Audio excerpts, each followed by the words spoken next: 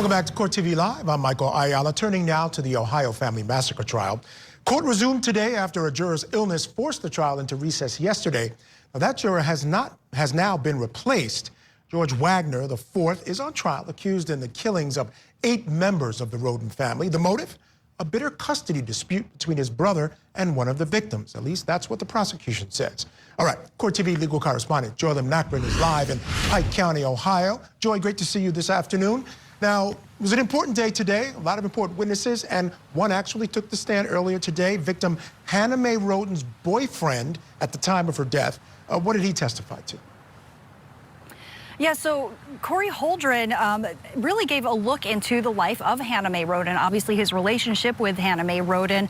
But an important detail that he shared was about the child, the 5-day-old child who was found at the scene alive next to Hannah May Rhoden and who was believed to have been breastfeeding at the time that Hannah was killed. So apparently, he said, according to this testimony, Jake Wagner believed that this little child, Kylie, was his child. But in fact, Corey Holdren had shared that the father was another man who was actually the sister of the brother of another victim, Hannah Gilley. So it was Chris Gilley who was the father of this child. At one point, that actually was the source of a breakup in this relationship between Hannah and this witness, Corey. But ultimately, they got back together, and he adopted this child as his own. Let's listen. She reached out to him and he said it wasn't his, you know, blah, blah, blah, whatever he said, but didn't want no part of the baby's life. So, and I was dying for a family, you know what I mean?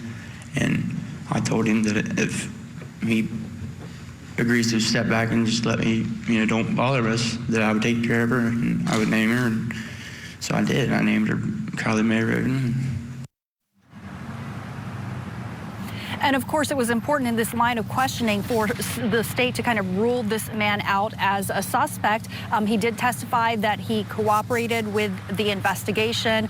He was swabbed for DNA, etc. But again, what he brought up about Jake Wagner believing that he was the actual father of the child, that's something that we heard a bit more about in testimony. All right, now, Joy, allegations of abuse of Hannah May Rhoden at the hands of Jake Wagner also came up. This was a hotly contested issue in this trial. So who testified about that and what did they say? Well, we heard from numerous witnesses testifying about really the controlling and abusive nature of Jake Wagner towards Hannah May Rhoden. I want to play a little bit of the testimony from Kendra Rhoden. She is the daughter of victim Kenneth Rhoden, so she would be the cousin of Hannah May. Let's listen.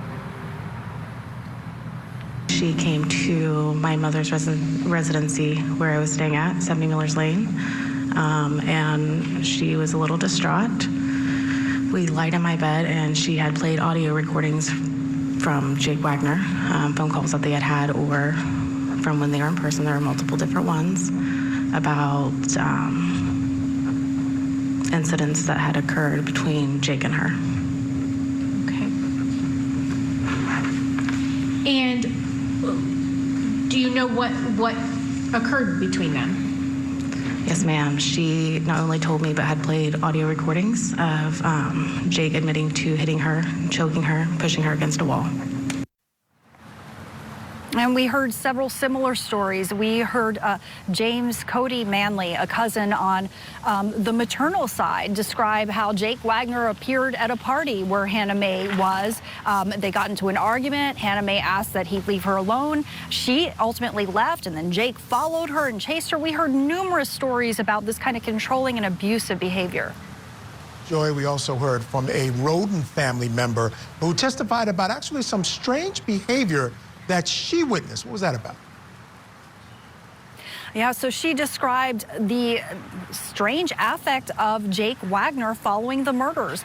Said that he appeared at the hospital the day after the murders where this child that I mentioned, Kylie, was, and he seemed to believe that Kylie was his child. Let's listen. And while you were there, did anybody else show up to the hospital? Eventually, at the end, Jake showed up, Jake Wagner. And can you tell us how that interaction went? He was just like, you know, he was motionless. That makes sense to you. He didn't, no cries, no, like, he wasn't worried about nothing. Wasn't someone that had just lost someone they claimed to love. Okay. So he was not showing emotion at that time. Why was he there? He came to check on Kylie to see if he could take her. So really interesting, Michael, that we're hearing all of this testimony about Jake Wagner, who, of course, has already pleaded guilty to the crimes. He's not the defendant in this case. It's his brother, George Wagner IV, who's the defendant. But just a reminder, the state's theory is that this was a family that acted as a unit. It was kind of all for one, one for all. And also, you know, Michael, that it is unusual that prior acts of a defendant, of anyone, but particularly a defendant or someone on the defense side, are typically excluded in court, and it's something that the state fought hard to admit, citing motive in this case. Yeah, and they got it in, and I'll tell you what, it's powerful evidence, and I'm not sure, it doesn't necessarily connect the defendant to the crime, but by association. That was the worry of the defense. All right, Joel Macron, thank you so much for that report. Appreciate it as always. Still with me, criminal defense attorney Franz Burkhardt. And Franz, as I said, if I'm a defense attorney in this case, the one thing that I'm worried about most of all is this idea of guilt by association. And this prosecution was allowed to bring in this testimony about Jake. And once again, we're not hearing a lot of connection what George did and regarding these crimes, but that guilt by association it's strong. So we fight tooth and nail as defense attorneys to keep the other crimes, other bad acts evidence out, both in federal and state court. And courts don't always let it in, Michael. Oftentimes the big test is the prejudicial versus probative value. If the evidence is probative, but it's outweighed by the prejudice that it will give to the defense, and it will affect the jury in such a way, judges will keep it out. Not in this case. It came in. So guilt by association is the cornerstone of a conspiracy theory, right? It's that these individuals acted in concert. They acted together. They planned together. They acted together. They were a criminal enterprise, so to speak. And then on top of all this, we have co-defendants that are going to be testifying against the defendant.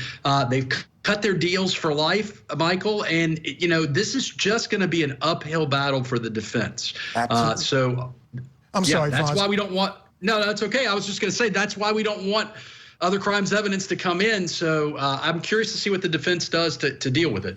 Yeah, and it gets worse, Franz, because I think you and I touched on this some other time we talked about it, that they're also going to bring in prior bad acts of George IV. He had some issues with his girlfriends, and he had some issues with custody battles. It seems like this family was obsessed with custody of children. I don't get it, but they're gonna bring that information in, connect it. The jury's gonna connect it to what they hear about Jake, and when you talk about conspiracy, it's gonna be much easier to buy that story. So motive is not generally necessary in murder trials. The prosecution, the state doesn't have to normally prove motive, but juries love to know the why. And the why is motive. Why did these individuals, over a custody dispute, commit this massacre, right? Well, if their proclivity, if their tendency is if their habit is they really go bizarro, Michael, on custody issues, then maybe the jury can wrap their heads around, okay, well, that's the why. And look, you've certainly seen evidence in this case about the lengths, the depths that these individuals will go when it comes to custody of children, whether or not they're really the children or adopted children. Custody is a serious thing to this family, and maybe the quote unquote motive that the state is going to put forward, and that's going to be a tough thing for the defense to address as well. Absolutely, and I always felt like that might have been a weak point of the prosecution's case, this idea that the motive was this custody battle. Like, who goes and kills all these people over custody battle? But as this stuff is unfolding and you see their attitude towards this, that makes that whole motive much more palatable for a jury. So it makes sense at the end of the day for the state anyway. Well, Franz Burkhardt, thank you so much for joining me on this Friday. As always a real pleasure to have you on the show. I'll let you go now and have a great weekend.